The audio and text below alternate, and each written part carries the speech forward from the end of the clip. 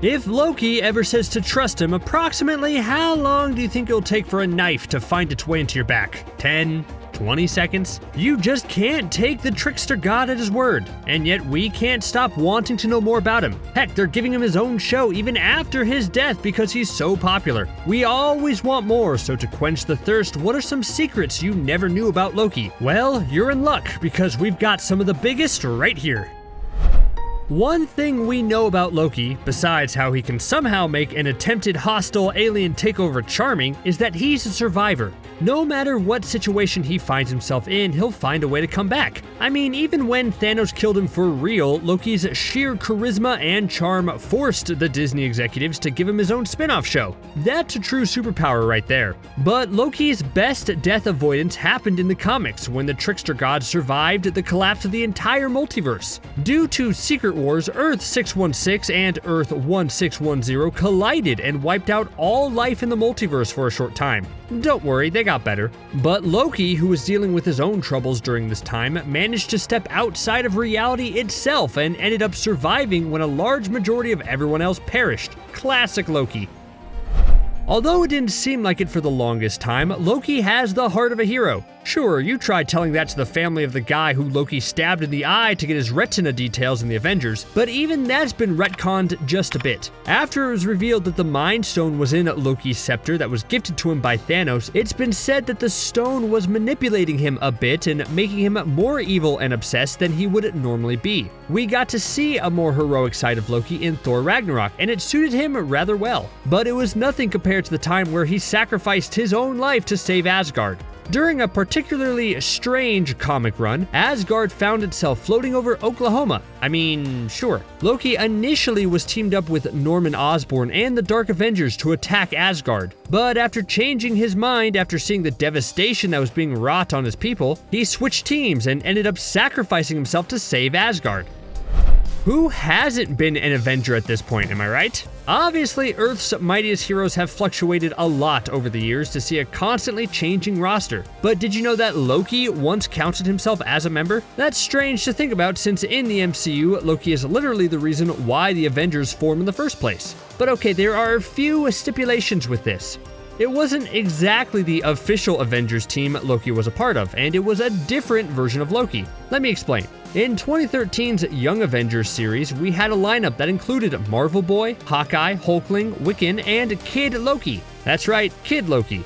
The team was actually a huge success and pretty popular, so overall it was a good choice. Now, is it too much to ask to de-age Tom Hiddleston to play a kid? Probably not.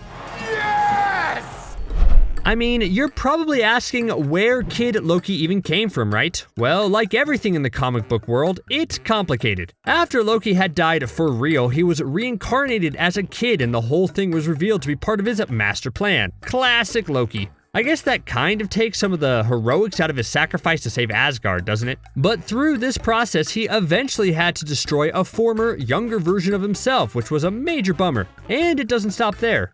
Sometime later, a future version of Loki, aka King Loki, came to the past to get rid of Thor, Terminator style. And the current Loki was conflicted. He didn't like how his life turned out, and eventually the present Loki was able to overcome King Loki. Gosh, all these Lokis interacting make me hope we see a bit of this in the Loki TV show. Loki always seems to be enacting some sort of crazy scheme, and this one is one of the best. We all mostly know Loki's backstory thanks to the Thor movies, with Loki being born to the Frost Giants before being adopted by Odin and raised as Thor's half-brother.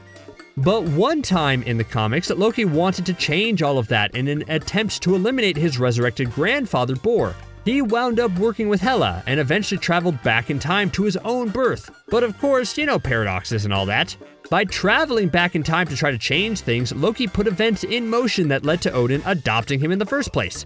Man, time travel is just so tricky. Perhaps even too tricky for Loki. The MCU has taught us that Thor can really go for the head when it truly matters, but would you believe that the Thanos beheading in Endgame is relatively tame compared to what Thor did to Loki in the comics? Yeah, that's right. Thor beheaded Loki once. Obviously, the two of them have always had a strange relationship. I guess that's what happens when you have a brother for centuries, right? But the tension had really hit its peak during the Ragnarok comic storyline in Thor Disassembled. Thor wound up confronting the fates and severing the tapestry of Asgard's existence and eventually becoming the powerful Rune King. While in this form, he wanted to make Loki less than a man and quite easily ripped Loki's head off. Now, where you and I would be dead quite quickly from that little injury, Loki, being a god, works a bit differently. He was still alive, and Thor put Loki's head on his belt so that Loki could be a witness to the final battle. Now, let's see Chris Hemsworth do that. Would you vote for Loki as president? Well, some people would. In 2016, there was a 4-part miniseries called Vote Loki, which followed the Trickster god as he embarked on a political career. Hey, his strategy was actually pretty straightforward. He wanted change for the nation and ran on a platform of lying directly to the American people. He basically was saying it was better to lie directly to the people and be open about it rather than lie behind closed doors like other politicians. It's a wild, very tongue-in-cheek miniseries, definitely worth checking out. You would think Spider-Man and Loki wouldn't interact much. One's a trickster god from outer space, the other is a young kid struggling to pay rent. But actually in the comics, Loki owes a tremendous debt to Spider-Man. Thanks to a classic dimensional rift caused by Spider-Man in a previous adventure, an evil ancient sorceress was released and took over the body of Loki's mortal daughter. Spider-Man helps out at the right time, allowing Loki to rescue his daughter's soul, and because of that, Loki feels a little indebted to the webhead. Man, I would love to see the two Toms, Hiddleston and Holland, interact in the MCU. Is it too late to make that happen? One of the best jokes in Thor Ragnarok was how one time Loki turned into a snake to trick Thor and wound up stabbing him when he was just 8 years old. Yeah, it's me. And he stabbed me. Although it's a great joke, I wish instead Thor would have mentioned the time Loki turned Thor into a frog. In one of the best gags Loki has ever pulled on Thor, the Trickster turned his brother into an amphibian, where he went on a series of low-stakes adventures around Central Park. Here's hoping Taika Waititi's sense of humor stays intact for Thor Love and Thunder, because I could totally see the writer-director finding a way to work this comic storyline into the MCU in some way, don't you? It shouldn't be a surprise that Loki creates other Marvel villains in his many years of trickery, deceit, and plans for conquest. Like, sure, Loki has done things like manipulate the Hulk to become the Green Goliath for a short time, but he's actually created other villains as well. Like, Loki gave powers to the criminal Karl Crusher Creel, and turned him into Absorbing Man, who'd go on to form the Wrecking Crew, which is either a great villain team name or a solid 90s punk band. Loki has also caused trouble over the years, increasing the powers of carnival worker Sandu, and even releasing the Lava Man known as Molto to fight Thor. What can I say? Loki does love causing mischief. It's kind of his thing. Did you also know that Loki helped cause Ragnarok in the comics?